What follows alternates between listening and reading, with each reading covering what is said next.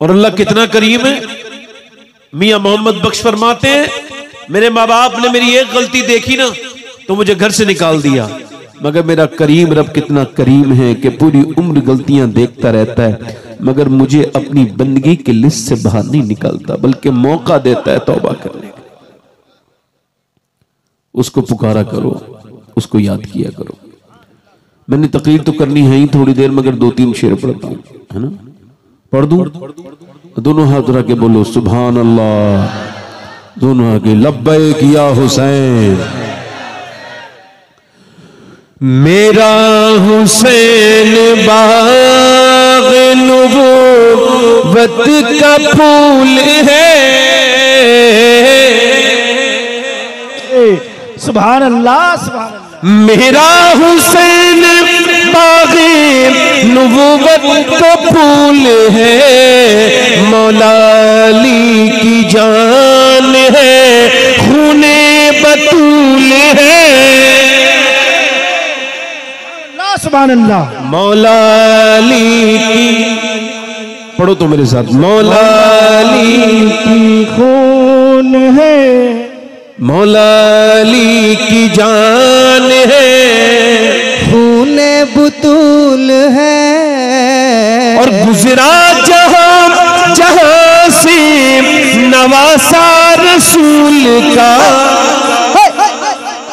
हाय हाय, गुजरा जहां जहां से नवासा रसूल का, अब तक वहां खुदा के करम का नुज़ूल है। अब तक वहां खुदा।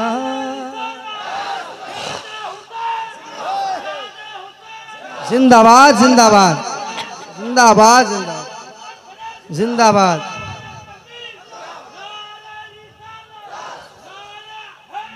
या अली या अली अल्लाह।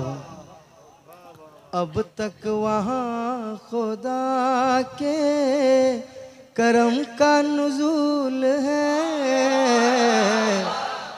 हाय हाय हाय हाय। और कितनी अजीम जात है मौला हुसैन की, जिसके लिए हुजूर के सजदे को तूल है।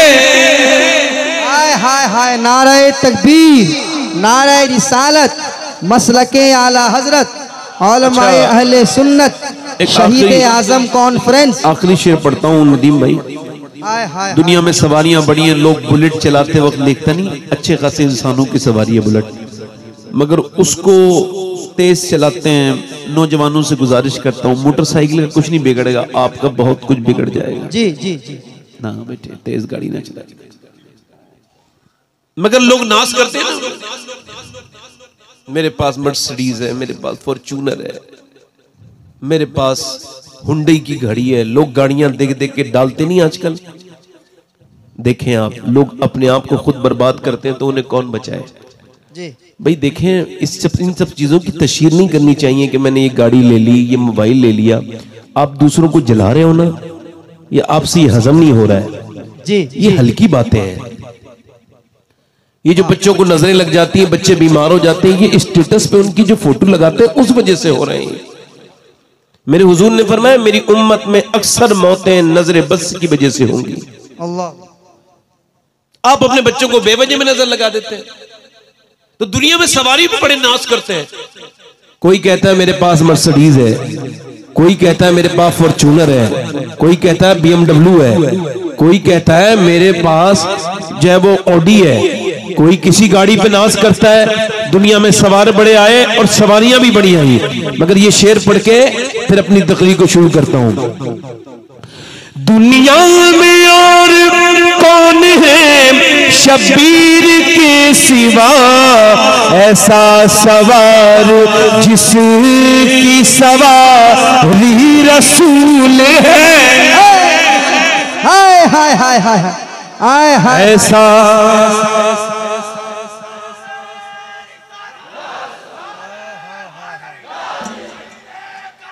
जिंदाबाद जिंदाबाद जिंदाबाद।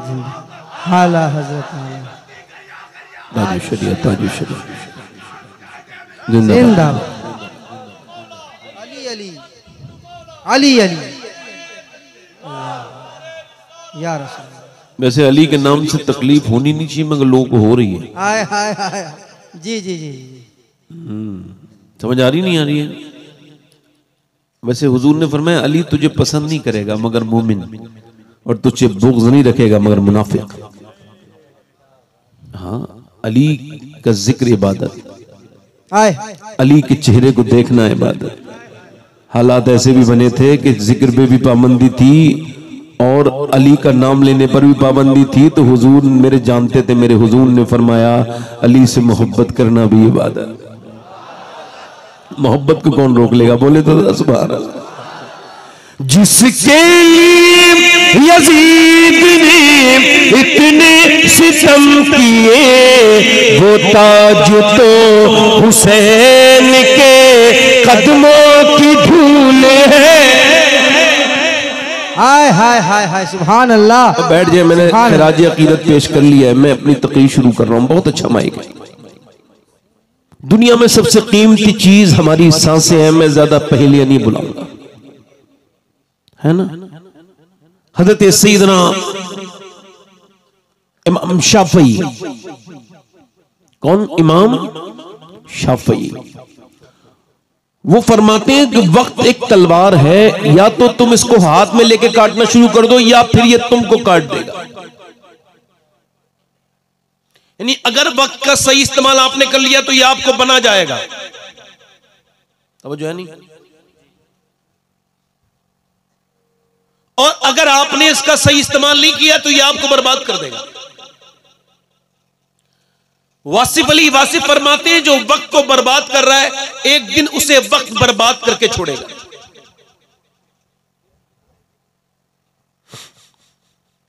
ये जो दिन में 10 घंटे मोबाइल देखते हैं, इंशाअल्लाह बर्बाद हो जाएंगे। और ये जो 15 घंटे मोबाइल देखते हैं, ये इंशाअल्लाह पागल हो जाएंगे।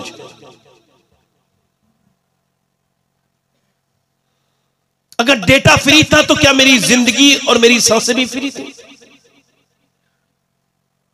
आपका दिल अगर दुनिया में बहुत लगता है मेरे दोस्तों, मेरे अजीजों, मेरे आका फरमाते हैं अगर तुम ये चाहते हो कि अल्लाह तुमसे राजी हो और तुम फला पा जाओ तो अपने आप को मुर्दों में शुमार करो। सहाबा इकराम जब 30 साल के हो जाते थे तो फिर वो सजदों में रोते थे और कहते थे मालिक आधी उम्र गुजर गई मगर अभी तक तुझे राजी नहीं कर पाए।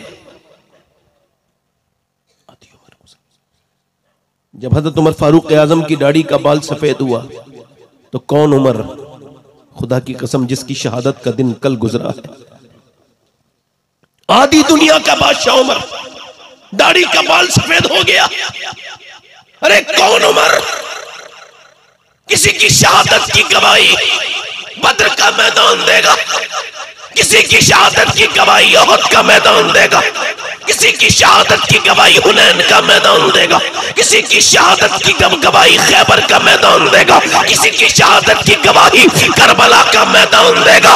मगर उमर वो है जिसकी शहादत की गवाही की बात आएगी तो मेरे नबी का मिंबर गवाही देगा, मेरे नबी का मुसल्ला गवाही।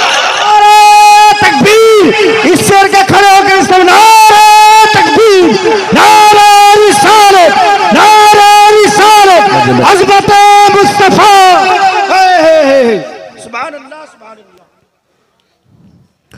मैं किसी आम इंसान की बात नहीं कर रहा हूं, बैठ के आराम से सुनिएगा। अब आप उठिएगा मत बीच में, मतलब मेरी तकरीर का मकसद खत्म हो जाए। बैठ जाए आप आराम से। बैठते हैं तो एक दो लोग जरा आराम से बैठे, मेरी तकरीर सुने। मैं उसी उमर की बात कर रहा हूं। मेरे नबी ने फरमाया मेरे बाद अगर कोई नबी होता तो उमर होता। फरमाया मेरा अल्लाह आज अरफात के मैदान में मेरे सहाबा पे फख्र कर रहा है, बिलखुसूस मेरे उमर पे फख्र कर रहा है। उमर फारूक आजम बात कर रहे हैं, एक आदमी आता है आकर के कहता है उमर मरना भी है, उमर मरना भी है। अभी मैं एक जगह गाड़ी चला रहा था, अचानक मेरी गाड़ी किसी गाड़ी के करीब से गुजरी तो बराबर में कोई बदतमीज आदमी था, उसके तिलक लगा हुआ था, तो उसने अपनी बदतमीजी की और मुझसे कहा कि मर जाएगा। तो मैंने उससे कहा आपका बहुत शुक्रिया भाईजान। बोला क्यों? ने कहा आपने मुझे मेरी मौत याद दिला दी। खुदा की कसम, मैं अभी 1-1.5 घंटे से भूला हुआ था मुझे मरना है, मगर आप हो तो गैर मुस्लिम, मगर आपने मुझे मेरी मौत याद दिला दी। हम किस ख्याल के लोग थे और किस ख्याल में गुजर गए। उमर फारूक आजम दाढ़ी का बाल सफेद हो गया तो रोने लगे। किसी ने पूछा क्या हुआ, कहने लगे दाढ़ी के बाल सफेद होना ये मौत की अलामत। लोग कहते हैं मैं मरते मरते बचा, मगर मरते मरते तो आज तक कोई नहीं बचा, मगर बचते बचते सब मर जाएंगे। न अस्पताल बचा पाए, ये अस्पताल ड्रामा, ये धोखा, ये इतनी बड़ी बड़ी मशीनें, ये सब धोखा। चूंकि मारना जिलाना अल्लाह का काम है, शिफा देना अल्लाह का काम है। न कोई अस्पताल बचा सका, न कोई टेक्नोलॉजी बचा सकी, न उस माइकल जैक्सन को लोग बचा सके जो अपने साथ हर वक्त डॉक्टर रखता था, डॉक्टर के कहने से खाता था, डॉक्टर के कहने से पीता था, जो हजारों करोड़ों बल्कि अरबों रुपया जिसने अपनी सेहत पे खर्च किया, मगर जब मौत आई तो बहुत जल्दी वो मौत उसको मौत आ गई और मौत से उसे कोई डॉक्टर बचा ना सका। अगर नौजवानों तुमको अपनी जवानी पे बहुत फक्र है, तुमको अपने हाथ पैरों की ताकत पे बड़ा फक्र है, तुमको अपनी जवानी बर्दाश्त नहीं होती, तो जाकर के देखो अपने जिले के किसी अस्पताल में और जाकर के देखो पोस्टमार्टम हाउस में बाहर लाशें पड़ी हैं, जवान जवान लड़कों की लाशें पड़ी हैं, मगर उनको मियां उनके साथ रोने वाले अब रोते नहीं। वहां कितनी लाशों की लाइन लगी हुई है, मगर उनके साथ आने वाले अब रो नहीं रहे, चूंकि उनकी आंसू सूख चुके हैं, वो अब रो नहीं सकते और वो रो नहीं पा रहे, चूंकि उनसे कहा जा रहा हमारे वाले का कब पोस्टमार्टम होगा। अंदर से आवाज आ रही अभी चीरने वाले बहुत बिजी हैं, अभी इनको बाद में चीरेंगे, ये लाशें ऐसी लाइन से लगाओ। कितना तकब्बुर करता है इंसान तू अपने ऊपर, हालांकि तेरी लाश अस्पताल के बाहर पड़ी है और उसको चीरने वाले के लिए वक्त नहीं है, मगर आज तेरे पास वक्त है तो चीरने वाले के पास वक्त नहीं है। और वो शराबें पी करके जब चीरते हैं वो तुम्हारे जिस्म के पार्ट निकालते हैं। मैंने जाकर के देखा है, जब मेरा दिल बहुत दुनिया में लगने लगता है तो मैं किसी और जगह नहीं जाता, मैं जाता हूं पोस्टमार्टम हाउस पर और जाकर के जवानों की लाशों को आते हुए देखता हूं। एक दिन में न जाने कितने नौजवान आते हैं, वो जवान जो अपने इस धोखे में थे कि मौत तो बुढ़ापे में आती है, उनको जवानी में मौत ने आ लिया। मुझे बताओ उस जो नौजवान के ऊपर कितनी हसरत करनी चाहिए। मेरे आका फरमाते हैं जो जिस काम को करते हुए मरेगा कयामत के दिन उसी के साथ उठेगा, उसी काम के साथ उठेगा। जो लड़का अचानक अपने मोबाइल में गंदी फिल्म देख रहा था और कोरोमंडल एक्सप्रेस में सफर कर रहा था, चलते चलते अचानक उसके ट्रेन में एक्सीडेंट हो गया और वो मर गया। क्या उसने सोचा था उसके साथ ऐसा हो जाएगा? उसको तौबा की तौफीक न मिली। अब अगर वो कयामत के दिन वही गंदी तस्वीरें देखता हुआ उठा तो उसका क्या होगा? बताओ उसका क्या होगा? अगर वही गंदा नंगा नाच देखता हुआ उठा तो क्या होगा? इंस्टाग्राम फ्री था, क्या तेरी जिंदगी भी फ्री थी? फेसबुक फ्री हो गया था, क्या तेरी जिंदगी भी फ्री थी? नौजवान, तूने अपनी जिंदगी बर्बाद कर ली। तुझको इंस्टाग्राम ले गया, तुझको फेसबुक ले गया, तेरी जवानी ने तुझे बर्बाद कर दिया। न जाने कौन कौन से दर पर के लेके गई तेरी जवानी। आजा, अब भी वक्त है, होश के नाखून ले और आजा वापस पलट के अपने रब से तौबा कर ले और कहे ए मालिक बहुत खताएं हो गई, ए रब माफ कर दे। ये जवानी क्या जवानी है जो इन बंबई के हीरो की तरह गुजर गई? वो जवानी क्या जवानी है जो बंबई के बेगैरतों की तरफ पे गुजर गई? अगर तुझे जवानी ही गुजारनी थी तो बंबई के बेगैरत की तरफ पे नहीं गुजारनी थी, बल्कि अगर तुझे जवानी का रंग देखना था तो करबला के 18 साल के अली अकबर की जवानी का रंग देखना था, जिसने अपने बाप के सामने कहा था ऐ मेरे बाबा हुसैन, ये अली का पोता जवानी में शहादत का जाम पीता है और ये कहता है कि अली के घर वालों की जवानी दुनिया की दीवानी नहीं है, मदीने वाले की दीवानी।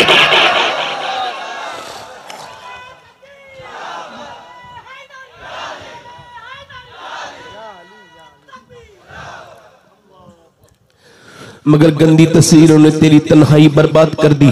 जरा गौर तो कर यजीद के अंदर कौन सी कमियां थी। यजीद जो है वो औरतों के नाच देखता था, यजीद बेनमाजी था, यजीद शराब पीता था। आज अगर वो ऐब भी तेरे अंदर है तो जरा सोच तो क्या मुंह दिखाएगा मौला हुसैन को। क़यामत का दिन होगा। मेरी बहनों से मैं गुजारिश करता हूं, अगर आज के जमाने की औरतों ने अपने आप को न बदला तो यह कौम बर्बाद हो जाएगी। आपके नारे मेरी सेहत पे कोई असर नहीं डाल सकते। नदीम भाई, मौलाना इमरान साहब, मेरे हिसाब से ये जो हाल है ना उम्मत का, ऐसा हाल 1400 साल में कभी नहीं हुआ था। जितनी उरियानियत इस वक्त है, जैसे रिश्तों को पामाल इस वक्त किया जा रहा है, जो गंदी चीजें आज हमारे यहां प्रैक्टिस हो रही हैं, जो हमारी बच्चियों के साथ हो रहा है, जो हमारी बेटियों के साथ हो रहा है। एक मुआशरे से दो बच्चे निकल के बाहर को आते हैं, तवज्जो करना, गौर करना जरा। और किसी साहब को मिंबर से जाना हो तो जल्दी से चले जाएं। हजरात, ये कहना कि इनकी तकरीर सुनो, ये एक जो है वो काम हो सकता है, जिम्मेदारी हो सकती है, एक सोशल काम हो सकता है, मगर बैठ के सुनना ये बड़ी हिम्मत की बात है। रात में आप में हिम्मत की आपकी दाद देता हूं। आपका दिल लग रहा है या खत्म कर दूं? बोलूं थोड़ी देर और बोलूं? दिल लग रहा है आप लोगों का? नहीं लग रहा? जरा जिन देखें, रात में तकरीर न करने की और परेशान होने की एक ही वजह होती है कि लोग दिल से सुनते नहीं, उठ के चले जाते हैं, घड़ियां देखते रहते हैं। इस वजह से मेरे दोस्तों, मैं अपनी बात को आपके सामने करता हूं। जब तक माएँ शरीफ नहीं होंगी तब तक बच्चे शरीफ, जब तक बाप शरीफ नहीं होगा बच्चे शरीफ नहीं हो सकते। माओ को शरीफ बनाना होगा। अब देखो, बाप बदतमीज है, बाप बेहया है, बाप बेगैरत है, घर में घुसा है और उसने अपने बच्चों को भी देखा है। अल्लाह ने आपको बच्चे वाली नेमत दे दी है। खुदा ना करे कि आपका बच्चा ट्रक के नीचे आए तो आप रोकेंगे कि नहीं रोकेंगे? मोटरसाइकिल के नीचे आए रोकेंगे कि नहीं रोकेंगे? और आपका बच्चा जहन्नम में जा रहा है तो रोकेंगे कि नहीं रोकेंगे? रोकेंगे कि नहीं रोकेंगे? अगर आपका 10 साल का बच्चा गंदी तस्वीरें देखने का शौकीन हो गया है तो अल्लाह से तौबा करो, बच्चा आपका खतरे में है। अब देखो, शादी हो गई, मियाँ बीबी दोनों हैं। अब शोहर जो है ना वो बदतमीज है, बात बात पे अपनी बीबी को मारता है। मारते मारते मारते मारते उसके अंदर जो घर में कैमरा पैदा हुआ है ना, बच्चा उसका, वो कैमरा देख रहा है अपने बाप को। बिल्कुल वो देखे जा रहा है कि बाप गाली किस वक्त देता है, बाप झगड़ा किस वक्त करता है, बाप सालन किस वक्त फेंक देता है, बाप अम्मी को किस वक्त इज्जत उतार देता है लोगों के सामने। वो सब देखता चला जा रहा है, देखता चला जा रहा है। एक बाप से एक किरदार जो है नमूदार हो रहा है। बाप को देखते देखते बेटा जवान हुआ और जब उसकी शादी हुई तो उसने भी अपनी बीबी को मारा। लोगों ने पूछा क्यों? कह लगे मेरा बाप भी मेरी माँ को मारता था, आज मेरी बीबी ने परेशान किया है तो मैंने भी अपने बाप की सुन्नत को जिंदा कर दिया। बाप बेगैरत ये समझ नहीं पाया कि तू अपनी बीबी को नहीं मार रहा था बल्कि अपनी नस्ल को एक नई तालीम दे रहा था। अगर तूने अगर बच्चे जवान हो गए थे तो तुझको अपने बच्चों के सामने अपनी बीबी को हाथ तो लगाने की बात छोड़, तुझको तक जोर से बोलना नहीं चाहिए था, सख्त लहजे से बात भी नहीं करनी चाहिए थी, मगर तू करता रहा, मारता रहा। और मारते मारते किरदार क्या बना कि तेरा बच्चा भी तेरे साथ तेरी तरह गाली भी देने लगा, तेरी तरह तेरी बीबी को मारने भी लगा, तेरी तरह अपनी बीबी को मारने भी लगा। तूने अपनी बीबी को मारा, तेरे बच्चे ने तेरी बीबी को अपनी बीबी को मारा। और सुन, वहां पर एक किरदार और जन्म ले रहा था कि जब तेरी बेटी देखती थी तेरी बीबी को जबान चलाते हुए तो वो भी अपनी माँ को देख करके फॉलो कर रही थी। जब उसकी शादी हुई तो उसने अपने ससुराल में जाके वही जबान चलाई जो उसकी माँ अपने बाप के उसके साथ बाप के सामने चलाती थी, तो वो अपनी ससुराल में जाके पिटी। अब इसका मतलब यह है एक माँ से और एक बाप से दो किरदार निकलते हैं और दोनों किरदार जमाने को मिलते हैं। मैं अपने बाप का आईना हूँ, आप अपने बाप के आईने हैं। आपको अल्लाह ने अकेला नहीं छोड़ा है, आपके बाप की आदतें आपके अंदर मौजूद है। मेरे कहने का मतलब यह है कि अगर बाप नेक होता है तो बेटा नेक बन के दुनिया के सामने आता है। अगर बाप बदतमीज होता है तो बेटा बदतमीज होता है। और अगर बाप अली बन के पैदा होता है तो फिर बेटा उसका हुसैन बन के पैदा होता है।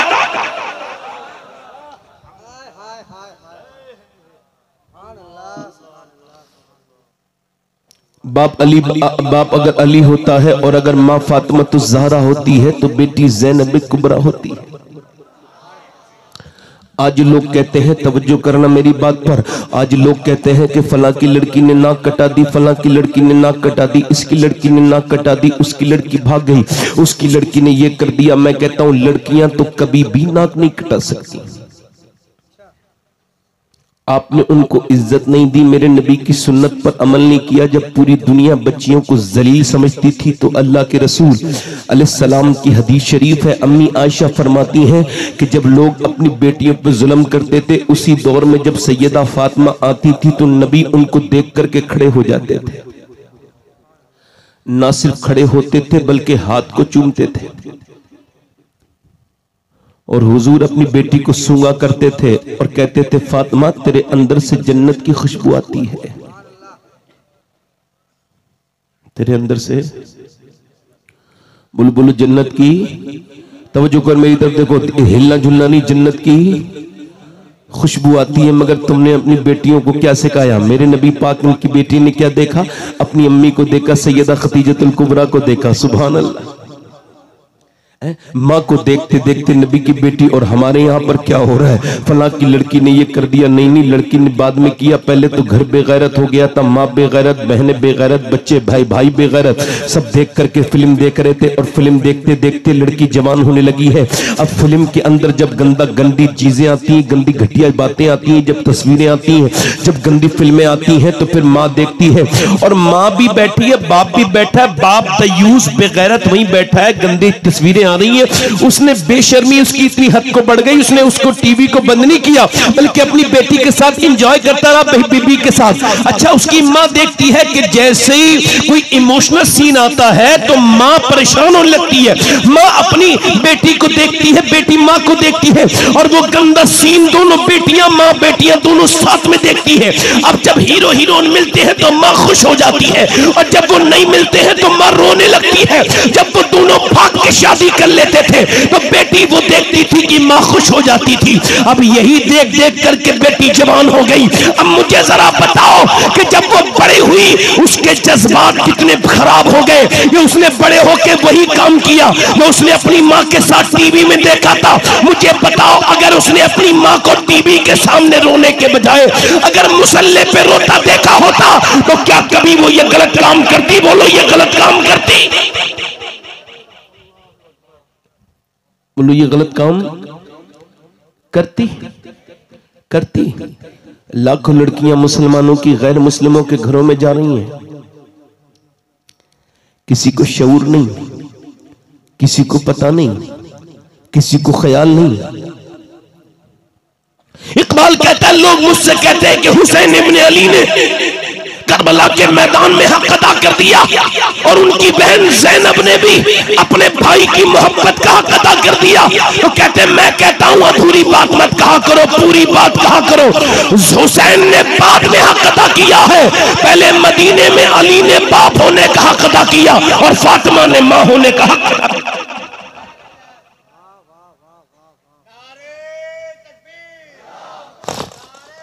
बैठे आराम से, नारा न लगाएं, बैठे, बस मेरी तकरीर पे ध्यान दें। मैं आपसे यही अर्ज कर रहा था जनाब मोहतरम, आज करबला वालों की बात हम क्या करने चले? हम क्या करबला वालों की बात कर सकते हैं? हमारी तो जिंदगियां बर्बाद हैं। हमने तो अपनी बचपन में अपनी बेटियों के सरों पे दुपट्टे नहीं रखे। मैं ईमानदारी से आपको एक बात ईमानदारी से सुनना और बड़ी ईमानदारी से जवाब देना।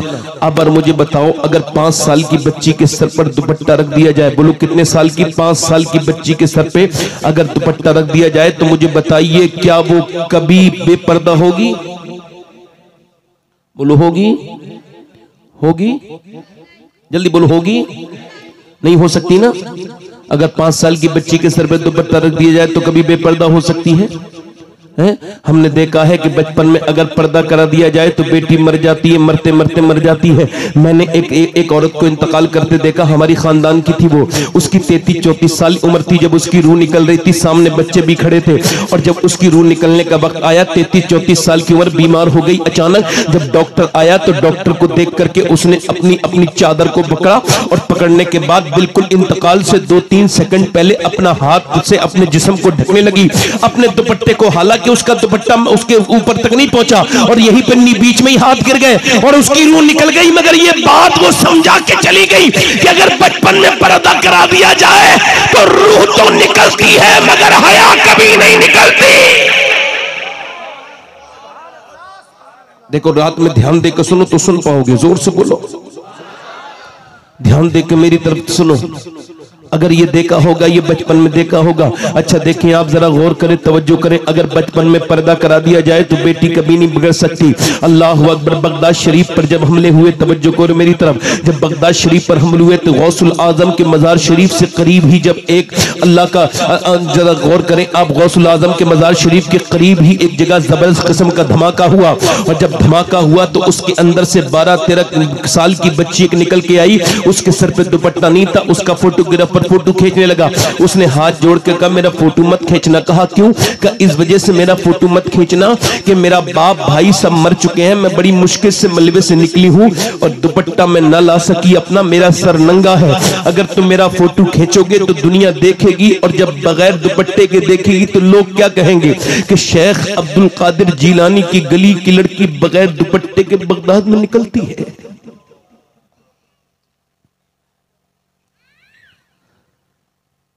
काफिरों की साजिशें अगर अपने बामे उरूज पर हैं तो हमारी नींद भी अपने बामे उरूज पर है। जब 70 लाशें दरिया दजला के सतह पर तैर रही थी, जवान लड़कियों की लाशें, तो जब वहां फोटोग्राफर आए फोटो खींचना चाहे तो उन्होंने कहा फोटो न खींचो। कहा ये कौन लड़कियां हैं? लगा एक साथ 70 मरी नहीं, कैसे मर गई? कहा ये मरी नहीं है बल्कि इन्होंने खुदकुशी की है। कहा कौन है ये? ये मुसलमान औरतें हैं। जब इनके घरों में अमरीकी की आने की खबरें पहुंची तो इन्होंने दीवानों पे लिखा कोई सलाहुद्दीन अय्यूबी आ जाए, कोई मूसा बिन नसीर आ जाए, कोई तारिक बिन जियाद आ जाए। इन्होंने लिखा कि कोई उमर फारूक आ जाए। मगर जब इनके घरों में अमरीकी घुसने लगे तो ये पीछे के रास्ते से रात के वक्त में निकल के आई और सबने दरिया दजला में ये कह के अपनी जान दे दी कि हम अपनी जान दे सकते हैं मगर अपनी इज्जत को कभी लुटना गवारा नहीं कर सकते। अगर यही हालात रहे जो चल रहे हैं तो बर्बादी अल्लाह ना करे मेरे और आपके घर में ना आ पहुंचे। तुम्हारी अंग्रेजी पढ़ाने की आदतों ने तुम्हारी बेटियों को बेशर्म बेहया बना दिया। लोगों, अगर बाहया औरत है तो अपने शौहर के बिस्तर पर भी बाहया होती है और बेहया अगर गैर मर्द के साथ भी हो तब भी बेहया होती है। औरत के अंदर दो बहुत खुसूसियत हैं, दो खुसूसियत ऐसी हैं, इन दोनों को निकाल दिया जाए तो औरत के अंदर कुछ नहीं बचता। एक हया, दूसरी उसकी वफा। इधर देखो, तवज्जो करो, मेरी तरफ गौर करो, मैं आपसे आखिरी बातें कर रहा हूं। अल्लाह के रसूल सल्लल्लाहु अलैहि वसल्लम के गुलामों, अपनी बेटियों को ऐसे सिखाओ कि 6 साल की उम्र है और मदीने में एक लड़की है, कुरान पढ़ रही है, कुरान पढ़ते पढ़ते पढ़ते पढ़ते पढ़ते पढ़ते पढ़ते पढ़ते उसके सर से दुपट्टा नीचे को चला जाता है। जब उसका दुपट्टा नीचे को गया और जब उसका दुपट्टा नीचे को गया है तो उसकी माँ अपने काम छोड़ के आई है और सर पे दुपट्टा रखा है। बेटी ने कहा है अम्मी जान आपने मेरे सर पे दुपट्टा क्यों रखा? तो बेटी से मां कहने लगी बेटी इस वजह से नाना नाराज हो जाएंगे, अगर सर पे दुपट्टा नहीं रखती है जो लड़की उससे तेरे नाना नाराज हो जाते हैं। वो लड़की रोने लगी। ये कोई आम लड़की नहीं थी। एक बात याद रखो, तकदीर को माना करो। तकदीर इतनी बड़ी चीज है कि इसको मानना ही पड़ेगा, क्योंकि तकदीर इसको कहते हैं कि ना तुम अपनी मर्जी से अपने बाप का इंतखाब कर सकते थे, ना अपने मर्जी से तुमने अपने बाप का इंतखाब किया। तो अगर कोई ये अपनी मर्जी से होता तो कोई गरीब आदमी के घर पैदा नहीं होता। मियां अल्लाह पैदा करता सकता है। जरा गौर करो, न मैंने अपना बाप खुद चुना है, न तुमने अपना बाप खुद चुना है, न तुमने अपनी बहनें खुद चुनी है, न तुमने अपनी बीबियां खुद चुनी है, न तुमने अपने बेटे खुद चुने हैं, न तुम्हारी औलाद है, तुम्हारा इंतखाब है। मगर जिसे अल्लाह नवाजता है, तभी तो मैं कहता हूं कि कोई कैसे बराबरी कर सकता है। मदीने के सुल्तान के घराने की ये जो लड़की कुरान पढ़ रही है, इसके कौन है? ये वो लड़की है जिसके सर पे दुपट्टा रखा गया है कि मियां जिसे अल्लाह ने इतना नवाजा कि अल्लाह ने इसे भाई दिए, तो एक भाई का नाम हसन है, एक का नाम हुसैन है, इसके बाबा का नाम अलीउल मुर्तजा है, इसके नाना का नाम मोहम्मद मुस्तफा है। ये ज़ैनब कुबरा है, ये ज़ैनब है जो कुरान पढ़ रही है। कुरान पढ़ते पढ़ते सर पे से दुपट्टा जब नीचे गया, सैयदा ज़ैनब फातिमा ने कहा सर पे दुपट्टा रखना, नाराज हो जाते हैं। सर पे दुपट्टा तो रख लिया, मगर रोने लगी और रोई और ज्यादा रोई। सैयदा फातिमा ने कहा क्यों रोती है ज़ैनब, क्यों रोती है मेरी बेटी? अब तो सर पे दुपट्टा रख लिया, अब क्यों रोती है? कहने लगी मेरी अम्मी जान, मेरे नाना से कह देना कि ज़ैनब को इस बार माफ कर दे, अगली बार ज़ैनब गर्दन कटा देगी मगर सर पे से दुपट्टा नहीं हटाएगी। आज माफ कर दे, 6 साल की ज़ैनब की आंखों के मोती टप टप नीचे गिरे हैं। मां के सीने से लग के कहा है नाना से कह देना ज़ैनब की गलती माफ कर दे। और फिर करबला के मैदान में जब इमाम हुसैन को शहीद कर दिया गया, जब अली अकबर को शहीद कर दिया गया, जब अली असगर को शहीद कर दिया गया, जब कासिम शहीद हो गए, जब अली के पोते, अली के बेटे, अली के नवासे सबकी लाशों पर जब घोड़े दौड़ रहे थे, जब घोड़े दौड़ रहे थे तो सैयदा ज़ैनब उसी खेमे से बाहर को निकली और जब ऊंटनी पे सवार हुई तो आपके सर पे से चादर खींच ली गई। बताओ दिल से वो मुसलमान का हाथ हो सकता है जो नबी की बेटी की चादर पे चला जाए? बोलो हो सकता है मुसलमान का हाथ? जब उसने चादर खींची तो सैयदा ज़ैनब उस जलील की जलील हरकत को समझ गई। आपने अपनी चेहरे को अपने बालों से ढका और मदीने की शरीफ की तरफ को मुंह करके कहा, ऐ मेरे नाना आज ज़ैनब को माफ कर देना। ऐ मेरे नाना, मेरे बच्चे शहीद हुए मगर मैं खेमे से बाहर नहीं निकली, मेरा कासिम शहीद हुआ मैं खेमे से बाहर नहीं निकली, मेरा अली अकबर शहीद हुआ मैं खेमे से बाहर नहीं निकली, मेरा भाई अब्बास शहीद हुआ मैं खेमे से बाहर नहीं निकली, मेरे हुसैन मेरे भाई की शहादत हुई मैं खेमे से बाहर नहीं निकली। ऐ मेरे नाना, मेरे बच्चों की लाशों पर घोड़े दौड़े और जब घोड़े दौड़े तो उनकी हड्डियों की टूटने की आवाजें आई मगर ज़ैनब बाहर नहीं निकली। मगर आज जब मैं निकली हूँ चादर से तो इसने मेरी चादर छीन ली है। मैंने बचपन में वादा किया था कि पर्दा करूंगी मगर आज मेरे नाना जरूर मुझे माफ कर देंगे, चूंकि अब ज़ैनब का दुपट्टा छिन गया है। बालों के अलावा कुछ नहीं है जो मैं पर्दा करूं। अल्लाह, मैं बालों के अलावा नहीं है कुछ कि मैं पर्दा करूं। बालों से पर्दा करके मौला अली के मजार की तरफ को देखती है और कहती है मेरे बाबा अली मैं वही ज़ैनब हूं जब मैं बचपन में निकलती थी, कूफे में निकलती थी, मदीने में मक्के में निकलती थी। आप फरमाते थे हसन और हुसैन जाओ मेरी ज़ैनब के पांव के निशान मिटाते जाओ। मैं नहीं चाहता कि मेरी ज़ैनब के पांव के निशान भी कोई देखे, मगर आज बाबा मेरे सर पे से दुपट्टा छिन गया है। ऐ अली बाबा आज मेरे सर पे दुपट्टा नहीं है, ज़ैनब काये से पर्दा करे, माफ कर देना अपनी ज़ैनब को। हजरत इमाम ज़ैनुल आबिदीन कहते हैं मैंने बड़ा दिल जितना अपनी फूफी ज़ैनब का देखा इतना बड़ा दिल किसी का नहीं देखा। आप मुझे बताओ इतनी लाशें पड़ी है, वो घोड़े दौड़ रहे लाशों पर, मगर जब असर का टाइम हुआ तो ज़ैनब ने अपना मुसल्ला बिछा लिया है। अल्लाह अकबर, भाई की लाशों पर घोड़े दौड़ रहे हैं और बहन नमाज पढ़ रही है। इधर बाप की जनाजे, इधर बाप के जिस्म पर घोड़े दौड़ रहे हैं, उधर जो है वो सकीना ने अपनी मुसल्ला बिछा के नमाजें पढ़ना शुरू कर दी है। उधर सुहाग लुट चुका है। अल्लाह अकबर, लुटते लुटते कह रहा है ये खाक में मिलता सुहाग ले सलाम आखिरी खानदान अहले बैत के लोगों, फातिमा की लाडले का आखिरी दीदार है। हश्र का हंगामा बरपा है मयाने अहले बैत। क्या कोई ऐसे भी नमाजी लड़कियां देखी? ये लड़कियां ये क्या समझेंगी इस्लाम को? जरा गौर तो करो कि जब बाप की लाश पर घोड़े दौड़ रहे हो तो कोई नमाज पढ़ सकता है? हाँ पढ़ सकता है। ज़ैनब की भतीजी ने, फातिमा ज़हरा की पोती ने, हुसैन की बेटी सकीना ने मुसल्ला बिछा के अपनी फूफी के साथ नमाज पढ़ना शुरू की है। अल्लाह अकबर। उधर बीबियां नमाज पढ़ रही है, उधर नमाजें हो रही है, उधर लाशों पे घोड़े दौड़ रहे हैं। एक हम नमाजी है कि पंखे लगे हुए हैं मस्जिदों में, हमारे सर नहीं झुकते। एक वो नमाजी है जिन्होंने लाशों के साए में नमाजें पढ़ी हैं। एक हम नमाजी है। ज़ैनब कुबरा ने कहा था मेरे नाना मुझे माफ कर देना।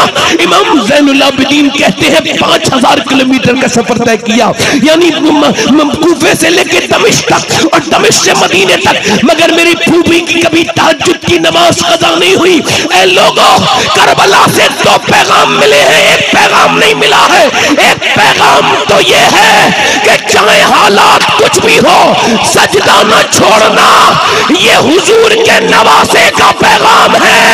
और एक पैगाम ये है कि चाहे हालात कुछ भी हो पर्दा न छोड़ना, ये हुजूर की नवासी का पैगाम है। ना नवासे के पैगाम का जवाब है, न नवासी का।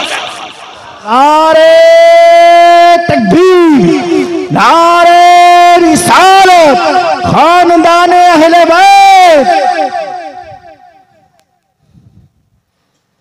मगर आज करबला के नाम पर, हमको करबला के नाम पर जज्बात आते हैं, मगर आप देखो तो जरा अल्लाह के रसूल के गुलामों, इधर देखो। मैं अपनी बहनों की तरफ थोड़ी बात और करना चाहता हूं। ये जो तुम्हारे आज जलसों में भी आती हो तो मेकअप करके आती हो, तुम जलसों में भी आती हो तो अपने होठों पर लाली लगा के आती हो। माज़अल्लाह मेरी बेटियों, आज तुम जलसों में बेहुदा फिरती हो, मेलों ठेलों की जीनत बनती हो, तुम्हारे जिस्म पर कसे कसाए कपड़े हैं। बेगैरती का हाल यह है कि मुसलमान लड़के भी वहीं घूम रहे हैं, मुसलमान लड़कियां भी उसी बाजार में हैं, और मुसलमान लड़के मुसलमान लड़कियों पर बुरी नजर डाल रहे हैं। हम कौन सी तकरीर करें और कौन सी तकरीर न करें, बस यही सोचते सोचते दिल परेशान है। मैं अपनी बहनों से कहता हूं, ये जो अपने जिस्म की नुमाइश करती हैं, इनसे कहता हूं,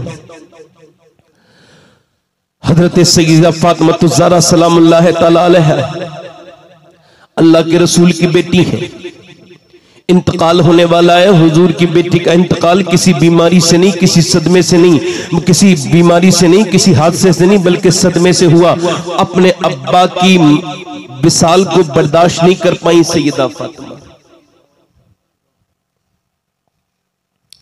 मेरी बहनें, मेरे ये पैगामात आखिरी बड़े ध्यान से सुन लें। इधर देखो नौजवानों, मेरी तरफ देखो, इधर देखो, रात का वक्त है, हुजूर की बेटी रो रही है, इंतकाल होने वाला है। तो फिर अस्मा बिन्त उमैस बैठी है, वो कहती है, हज़रत अबू बकर सिद्दीक़ की बीबी, वो कहती है क्या फातिमा मौत से डर गई हो? कहा नहीं। कहा फिर किस बात का डर है? आज अपने जिस्म पे कसे कसाए कपड़े पहनने वाली सुन लें, जिस बंबई की हीरोइनों की तरह कपड़े पहन रही हो ना, ये तुम्हें कयामत की नजर नहीं आएंगी। कयामत में अगर बख्शवाएंगी तो सैयदा फातिमा बख्शवाएंगी। ये फिटिंग के लिबास अगर तुम्हारे अंदर गैरत होगी तो आज से छोड़ दोगी। आदि आस्तीन के कपड़े अगर आज से गैरतमंद होगी तो छोड़ दोगी मेरी बेटियों। हुजूर की बेटी, अल्लाह के रसूल की बेटी, पैगंबर इस्लाम की बेटी रो रही है सैयदा फातिमा ज़हरा को देख करके। अस्मा कहती है कि नबी की बेटी मौत से डर रही है। नदीम भाई गौर करें और आप सब गौर करें, क्या हुजूर की बेटी मौत से डरी है? कहा नहीं नहीं। कहा फिर किस बात का डर है? कहा जीते जी तो पर्दा किया है। मैं सोच रही हूं कि जब इंतकाल के बाद जनाजा चलता है, लोग कांधा बदलते हैं तो मैयत हिलती है। सोच रही हूं मैंने जीते जी पर्दा किया है कि इंतकाल के बाद मेरा जनाजा निकले तो मेरी बेपर्दगी ना हो जाए, किसी को पता ना चल जाए कि फातिमा कितनी मोटी है कितनी पतली है। ऐ सैयदा आप पर सलाम हो। कहती है तुमको पता है अस्मा मैंने कैसे पर्दा किया है? आपको बताऊं कैसे पर्दा किया है। एक दिन नबी पाक अपनी बेटी से मिलने के लिए गए, आवाज दी फातिमा के अंदर आ सकता हूं। अंदर से आवाज आई अब्बा आप अकेले हैं तो तशरीफ लाएं। कब मेरे साथ इमरान है उनको न लाएं अब्बा। क्यों न लाऊं फातिमा? अब्बा उनको न लाएं। फातिमा क्यों न लाऊं? उनको न लाएं। और फातिमा क्यों न लाऊं? बस अब्बा उनको न लाएं। हुजूर ने कई बार पूछा क्यों न लाऊं, तो जब कई बार पूछा तो इमरान नाम के सहाबी साथ में थे, सरदार थे। वो कहते हुजूर ने कई बार पूछा तो अंदर से आवाज आई अब्बा आपकी बेटी के पास इतने कपड़े नहीं है कि वो किसी दूसरे मर्द से पर्दा कर सके। एक जोड़ी कपड़े में मेरे अब्बा पैमद लग गए। कौन सा दिल लाऊं जो मैं अपनी बहनों के दिल तक पहुंचूं कि कयामत के दिन हुजूर की बेटी तुमसे नहीं पूछेंगे तुम्हारी तो अलमारियां भरी हुई थी कपड़ों से। उस 72 पैमत की चादर वाली फातिमा को क्या जवाब देंगे ये महंगे सूटों वाली औरतें कि जिनके पास एक भी जोड़ी कपड़ा ऐसा नहीं कि वो नमाज पढ़ सके उन कपड़ों को पहनकर। हुजूर ने फरमाया बेटी क्यों न लाऊं? अंदर से आवाज आई अब्बा आपकी बेटी के पास इतने कपड़े नहीं। हुजूर अंदर गए, कहा मेरी फातिमा चादर भिजवाई, बड़ी कमजोर हो रही है मेरी बेटी, क्या हाल है? बाप तो बेटी के घर चला जाए तो बेटी यूं ही देख के रोने लगती है। हमने तो जाना बंद कर दिया। बहनों के घर जाया करो। मैं आपको बताता हूं अगर तुम ये चाहते हो कभी मोहताज ना हो तो बस बहनों को दिया करो और उनसे दुआएं लिया करो। लिख लो ये बात। अर्ज की गई या रसूलल्लाह मेरी मां नहीं है, फिर क्या करूं? फरमाया बड़ी बहन के पास जा। तेरी बड़ी बहन के दिल में अल्लाह ने तेरे मां की तरह मोहब्बत रखी है।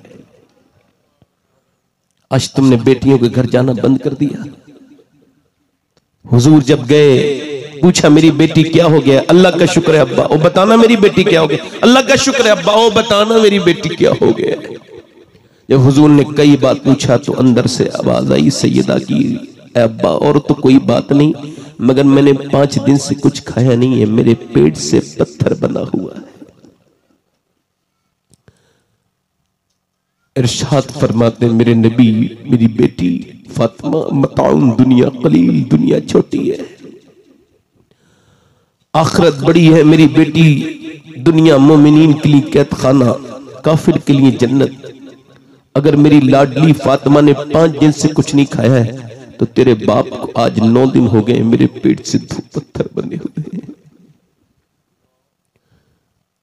इमाम हसन कहते हैं मैं अपनी मां को देखता था। मेरी बहनों सुन लो, तुम्हारी माओ ने इतनी दुआएं तुम्हारे लिए नहीं की जितनी हसन हुसैन की मां ने तुम्हारे लिए दुआएं की हैं। इमाम हसन कहते हैं मैंने अपनी मां को देखा था कि पूरी पूरी रात मेरी वालदा दुआ करती थी। क्या दुआ करती थी? किसके लिए दुआ करती थी? इसी अपने अब्बा की उम्मत के लिए दुआ किया करती थी।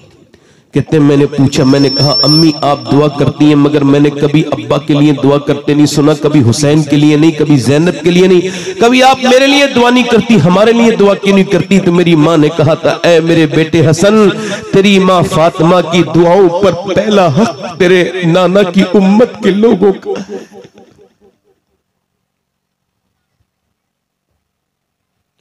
मैं अपने दोस्तों से और अपनी बहनों से यही गुजारिश कर रहा हूं,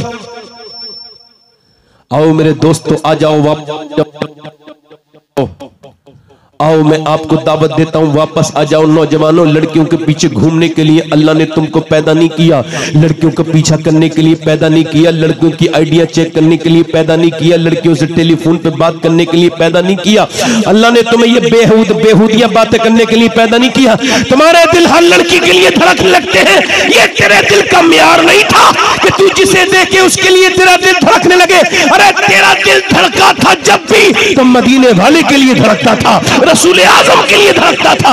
अल्लाह ने तुझे लड़कियों के पीछे घूमने के लिए पैदा नहीं किया, औरतों से इश्क लड़ाने के लिए पैदा नहीं किया। आजा मेरे दोस्त, वापस आ जा, आजा उस रसूल से मोहब्बत कर, आजा उस नबी से मोहब्बत कर कि जब सब तुझे छोड़ करके कब्रिस्तान में चले जाएंगे तो फिर वही नबी तेरी कब्र में आएंगे। मेरा इमाम कहता है कब्र में लहराएंगे ताहशर चश्मे नूर के जलवा फरमा होगी जब तलत रसूलुल्लाह की। है मेरे दोस्त, अपनी जवानी को लड़कियों को दिल दे के बर्बाद न कर। ये लड़कियां तेरे दिल लेने के लायक नहीं, ये तो अपने दुपट्टे का बदलू नहीं संभाल सकी है, तो तेरे दिल की अहमियत को क्या समझेंगी। तुझे अगर दिल देना है तो गालिब के तरीके पे मत चल। गालिब ने कहा था कि इश्क ने गालिब निकम्मा कर दिया, वरना हम भी आदमी थे काम के। बरेली से आवाज आई, ओ गालिब तू शायर बड़ा हो सकता है मगर तेरा ख्याल बड़ा नहीं है, चूंकि सुन इश्क निकम्मा नहीं करता है बल्कि निकम्मे को काम वाला बना देता है। गालिब ने कहा था इश्क ने गालिब निकम्मा कर दिया, वरना हम भी काम आदमी थे काम के। हिंदुस्तान की राजधानी दिल्ली से गालिब ने कहा इश्क ने गालिब निकम्मा कर दिया, वरना हम भी आदमी थे काम के। तो फिर मोहब्बत की राजधानी, सुन्नियत की राजधानी बरेली से आवाज आई, ए इश्क तेरे सदके जलने से छुटे सस्ते, जो आग बुझा देगी वो आग लगाई। नारे तकबीर, दोनों हाथ नारे तकबीर, नारे रिसालत, नारे रिसालत।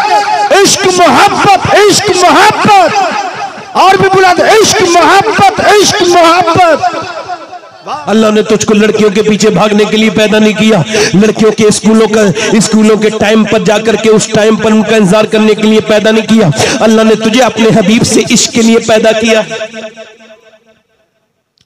हाँ मेरे दोस्त वापस आ जा, मैं तुझे ही बुला रहा हूं, किसी और को नहीं बुला रहा हूं। मेरे दोस्त अनस इब्ने मालिक हुजूर के सहाबी हैं, जरा जोर से बोलो अनस इब्ने मालिक रदी अल्लाह ताला अन्हु, जोर से बोलो रदी अल्लाह। हुजूर के 10 साल नौकर रहे। अच्छा, जो 10 साल हुजूर के साथ रहे और कोई उसके साथ रह ले तो तवज्जो तो करें। अरे जिसने सुभान अल्लाह आला हजरत को देखा वो हुज्जतुल इस्लाम बना, जिसने आला हजरत को देखा और जिसने हुज्जतुल इस्लाम को देखा वो मुजाहिद मिल्लत बन गया। आओ मेरे दोस्तों, मैं आपसे ही कह रहा हूं, गुजारिश कर रहा हूं, आओ वापस पलटो, आ जाओ। हजरत अनस इब्ने मालिक का एक नौकर है, उसका नाम है तलहा बिन उस्मान, ताबई है, और वो पल्ले बेचते हैं। पल्ले नौजवान है, निहायत ही खूबसूरत, स्मार्ट। एक गली से गुजरते हैं रोज, उसी गली में फौजियों ने पकड़ के कहा तुझे चल बादशाह के घर चलना है। मैंने क्या किया? कहा किया कुछ नहीं, तुझे बादशाह की बीबी ने बुलाया। उसने कहा क्या बात है? कहा हमको नहीं पता, हम नौकर है, हमसे इतना ना पूछ, हम तो जो पकड़ने आए, चल तेरा पल्ले बल्ले लेंगे और क्या होगा। जब लेके गए, बड़ा सा महल आया, अंदर गया, बेहतरीन कमरा, अंदर कमरे में दाखिल हुआ तो बड़ी खूबसूरत लड़की शहजादी बैठी है, हुस्न का जवाब कोई नहीं। उसने कहा दरवाजा बंद करो और तुम बाहर चले जाओ। फौजी बाहर चले गए, अब वो तन्हा वो थे, तलहा बिन उस्मान और वो शहजादी। उसके करीब गई, ये उसके करीब गया। इसने उससे कहा सुन, मुझे तेरे पल्ले वल्ले नहीं खरीदने। वो शहजादी बोली बल्कि मैं तुझ पे आशिक हो गई हूं, कई महीने से देख रही हूं, और मैं बादशाह की बीबी हूं, कई महीने से देख रही हूं, तेरे हुस्न पर आशिक हूं। ऐसा कर, मेरा दिल तू खुश कर दे, मेरे साथ जिना कर ले, तू जो चाहेगा फिर मैं तुझे दूंगी। उसने कहा मैं जिना नहीं कर सकता, ये बेहयाई है। और कैसी बात करता है, बेहयाई बेहयाई की, आ जा मेरा हुस्न देख। उसने कहा इतना दौलत दूंगी कभी तुझे फेरी करने की जरूरत नहीं। उसने कहा दौलत पसंद है ना खजीना पसंद है, मुझको तो मुस्तफा का मदीना पसंद है। उसने कहा मेरे हुस्न में तुझे कमी क्या लगती है? मैं बादशाह की बीबी हूं, जिधर देखूं मुझे मेरी जिधर देखूं भीड़ लग जाती है, जिधर से गुजर जाऊं मुझे नजारे करते हैं लोग। मैं बादशाह की बीबी हूं, मैं शहजादी हूं। मेरे हुस्न की एक झलक पाने के लिए नौजवान बेताबू बेकरार है, और मैं तुझे अकेले कमरे में दावत दे रही हूं। तू भी जवान, मैं भी जवान, आप मेरे हुस्न में तुझे क्या कमी लगती है? तो वो ताबई बोला, अब मेरी निगाहों में जचता नहीं कोई, जैसे मेरे सरकार है वैसा नहीं।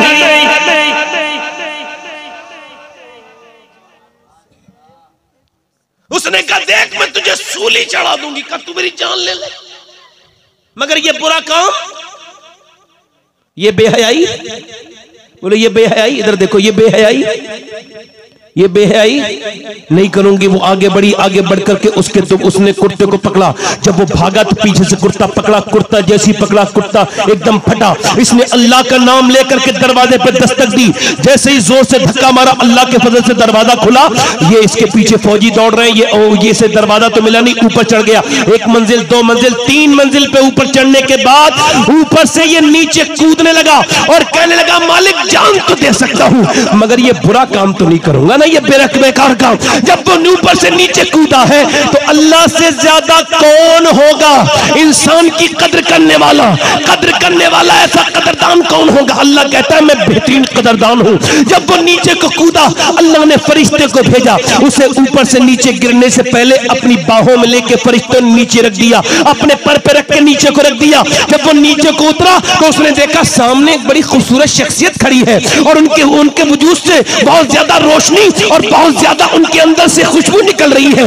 इतना हसीन इंसान उसने कभी देखा नहीं था। कहा आप कौन हैं? क्या कोई फरिश्ते हैं? मैंने आपसे ज्यादा खूबसूरत इंसान कभी नहीं देखा। कहा मुझे पहचाना नहीं, मैं तुझे ये बताने आया हूं कि अल्लाह तुझसे राजी हो गया है तेरे इस अमल पर, चूंकि मुझे पहचान मैं हूं यूसुफ, हजरत यूसुफ हूं मैं याकूब का बेटा यूसुफ हूं, और तुझे ये बताने आया हूं कि जो काम मैंने नबी हो के जुलेखा के साथ किया था तूने मोहम्मद को उम्मती होके कर दिया।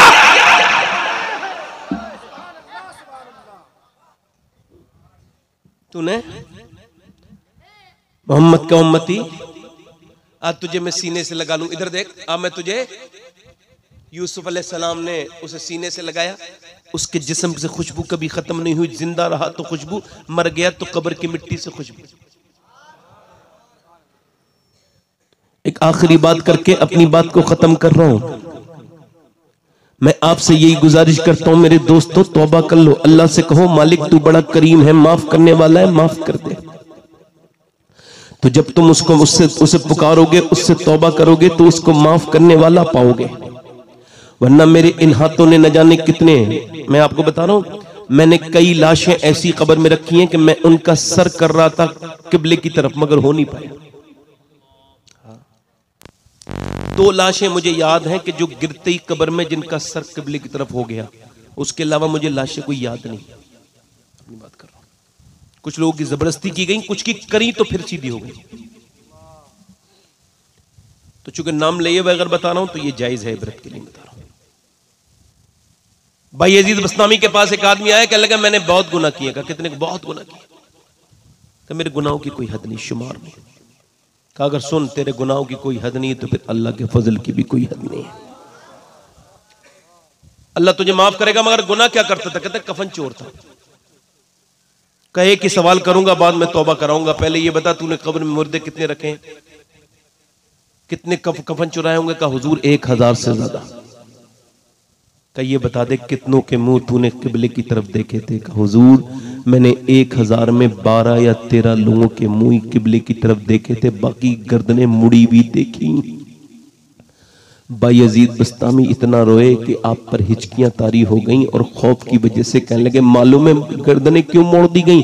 इस वजह से अल्लाह ने कहा तू जीते जी तो मुझसे मुंह मोड़ता रहा, तू कब्र में अब किबले की तरफ मुंह करके सोने वाला कौन होता है? होता रहा। मैंने अपने इन हाथों से कितने जवानों को दफन किया है। मैंने अपने बाप को मरता हुआ देखा और उनके मज़ार को मैं देखता हूँ आप पे। मेरे ताया चले गए, मेरे परदादा चले गए, मैं भी चला जाऊंगा इस दुनिया को खैराबाद कहकर। जब मैं एक्सीडेंट की मौत देखता हूं तो बहुत अल्लाह से डरता हूं, कहता हूं मालिक मुझे एक्सीडेंट वाली मौत से बचा लेना। पोस्टमार्टम वाली मौत बड़ी सख्त है। कितनी मैयतें देख ली, कितनी तकरीरें करूं तो आप तब्दील होंगे। फिर आपको एहसास नहीं है कि मौत करीब करीब आ रही है। जब हजरत मौला अली के तलवार मारी गई, कौन मौला अली? जिसने आंखें हुजूर की गोद में खोली, जिसकी परवरिश हुजूर ने की, जिसको हुजूर ने अपनी बेटी फातिमा के लिए पसंद किया, अल्लाह ने जिसका रिश्ता वही के जरिए जिब्राइल के घर से कराया। जब अली की तलवार मारी गई तो आधा सर इधर हो गया और एक ही दुआ कर रहे थे। हसन, इमाम हसन कहते हैं हजरत अली दुआ करते थे, ऐ अल्लाह अली को बख्श देना, अली के अमल बहुत थोड़े हैं। अली के अमल थोड़े हैं, हमारे अमल थोड़े। अली का घर तो जन्नत में हुजूर के घर के सामने है, अमल तो हमारे थोड़े हैं। नौजवानों याद रखना, अल्लाह सबको देख रहा है। कोई ये ना समझे वो तुम्हें देख नहीं रहा है। वो रात की नाचने वाली को भी देख रहा है, वो रात में मुसल्ले पर रोने वाली को भी देख रहा है। वो रात को गाना सुनने वाले, फिल्म देखने वाले और क्लबों में डांस करने वालों को भी देख रहा है, और रात को मुसल्ले पे रोते हुए लोगों को भी वो देख रहा है। वो गंदों को भी देख रहा है, वो सूद खाने वालों को भी देख रहा है, नेक कमाई खाने का वालों को भी देख रहा है। बचेगा कोई नहीं, सबको मौत आने वाली है। कोई ये ना समझे यूं ही छोड़ दिया जाएगा। ऐ लोगों, सबको मौत आने वाली है। मैं उमर फारूक आजम की शुरू में बात कर रहा था। जब उमर फारूक आजम के जब मारा गया चाकू, तो जब आपका पेट फटा और जब आप जमीन पे तशरीफ लाए तो अपने बेटे से कहा मेरा सर जमीन पे रख दे। अब्दुल्ला इब्ने उमर ने सर जमीन पे नहीं रखा, अपने जानू पे रखा। जानू पे सर न रख, मेरा सर जमीन पे रख। जब जमीन पे सर रखा तो हजरत उमर बेकरार होकर कहने लगे, मालिक लोग कहते हैं उमर ये है, उमर वो है, मगर उमर तो तेरी बारगाह का मुजरिम है। ऐ मेरे मालिक, अगर तूने उमर को न बख्शा तो उमर बर्बाद हो जाएगा। ये मौत का वक्त है, अगर तूने इस वक्त उमर पर रहम न किया तो उमर बर्बाद हो जाएगा।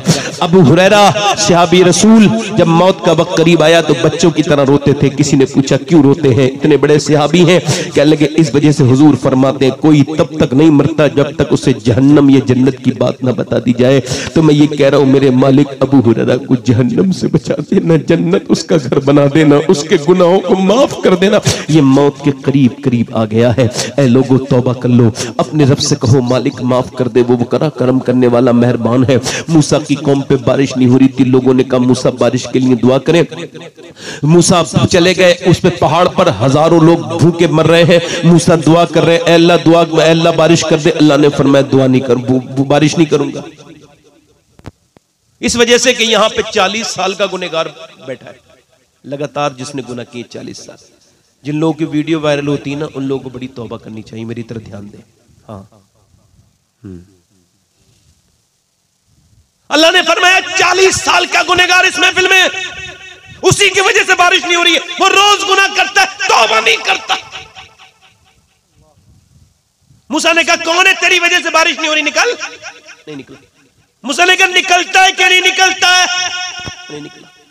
मूसा ने कहा निकलता है या फिर अल्लाह से पूछ के तेरा नाम ले दूं? तो वो रोने लगा। अकेला था ना, उसको पता था ना मैं ही हूं।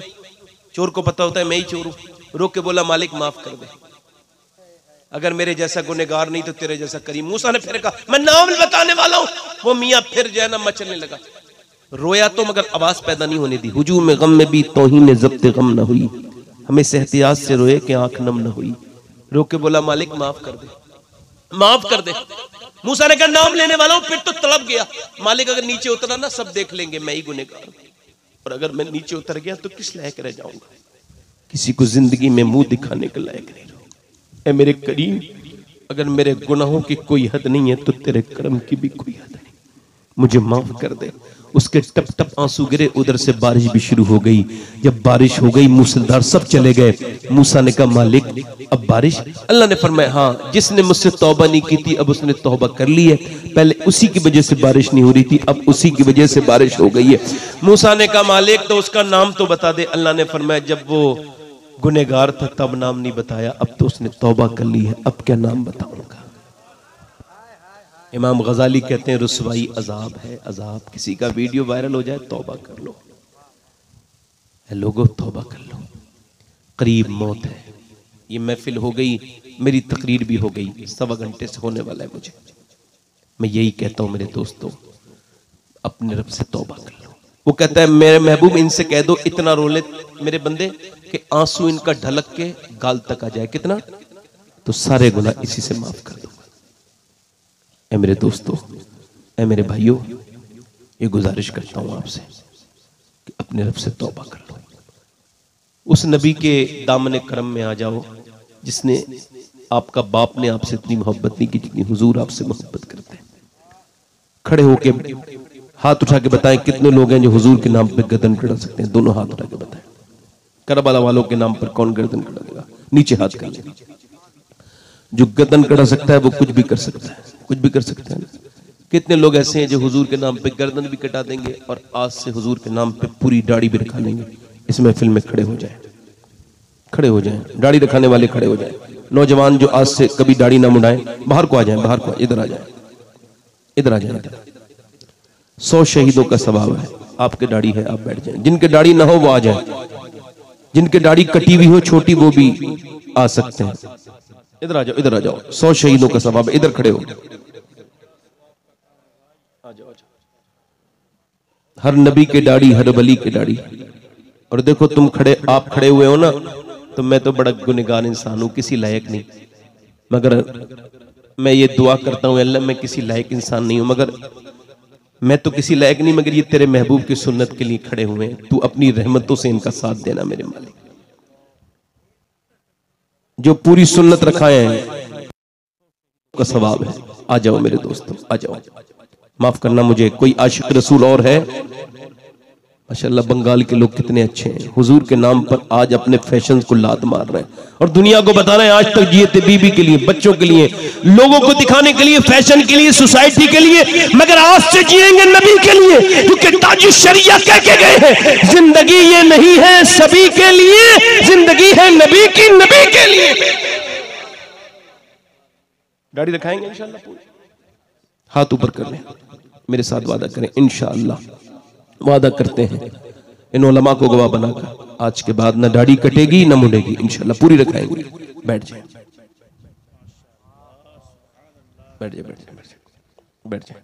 अच्छा एक ये जरा थोड़ी सी, इतने बहुत से लोग बैठे हैं ये सोशल मीडिया वाले, इधर देखो नदीमा, इनको कुछ दे दूं मैं, है ना। देखो एक अभी चीज वायरल हुई हमारे मुरादाबाद की तरफ, एक शायर हैं अकीलुर रहमान मुरादाबादी, ठीक। उन्होंने एक शेर पढ़ा कि मुफ्ती आजम ने हुकूमत बदल दी। क्या? हुकूमत बदल दी, फतवा नहीं बदला। तो उसमें एक आदमी उनसे एतराज करके पूछ रहा है कि मुफ्ती आजम का नाम कौन है और ऐसा कौन सा मुफ्ती है जिसने हुकूमत बदल दी, हमें भी तो पता चले कौन सी किताब में लिखा है। पहली तो बात यह है कि भाई अगर तुमको नहीं पता ना एतराज करने वाले, तो तुम अपने बड़ों से पूछ लो, वो बता देंगे कौन थे मुफ्ती आजम। क्योंकि तुम अभी बच्चे हो, छोटे हो, तुम्हारी उम्र कम है। और चूंकि विकिपीडिया एक चीज है, विकिपीडिया में मशहूर शख्सियात और उनके नाम और उनके कारनामे लिखे होते हैं, और कोई चाहकर भी अपना नाम विकिपीडिया में नहीं लिखवा सकता जब तक वो उसका अहल ना हो। तो जब कोई लिखेगा ना मुफ्ती आजम मुस्तफा रजा, तो उसमें विकिपीडिया में लिख के आएगा ये आला हजरत के बेटे हैं और इनका कारनामा ये है कि इन्होंने नसबंदी के खिलाफ फतवा दिया था। जब देवबंद बिक गया था तो बरेली खड़ी हो गई और बरेली ने दुनिया को यह बताया था कि उधर यजीदियत है देवबंदियों में, तो वो हाकिम के सामने झुक गए, और बरेलवियों में हुसैनियत है, जान दे सकते हैं मगर शरीयत को बदल नहीं सकते।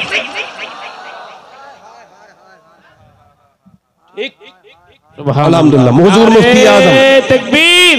ठीक है, अब आखिरी वक्त हाथ उठा के नारा लगाए, नारे तकबीर, नारे रिसालत, आले रसूल, बागे तैबा के फूल। ये मेरा वक्त आखिरी है आपका। अल्लाह ताला सलामत रखे आपको, खुशियां दे। तो उम्मीद करता हूँ अल्लाह ताला ने चाहा तो सुबह से नमाज की पाबंदी शुरू होगी इंशाल्लाह। हुजूर की आंखों की ठंडक क्या है बोलो?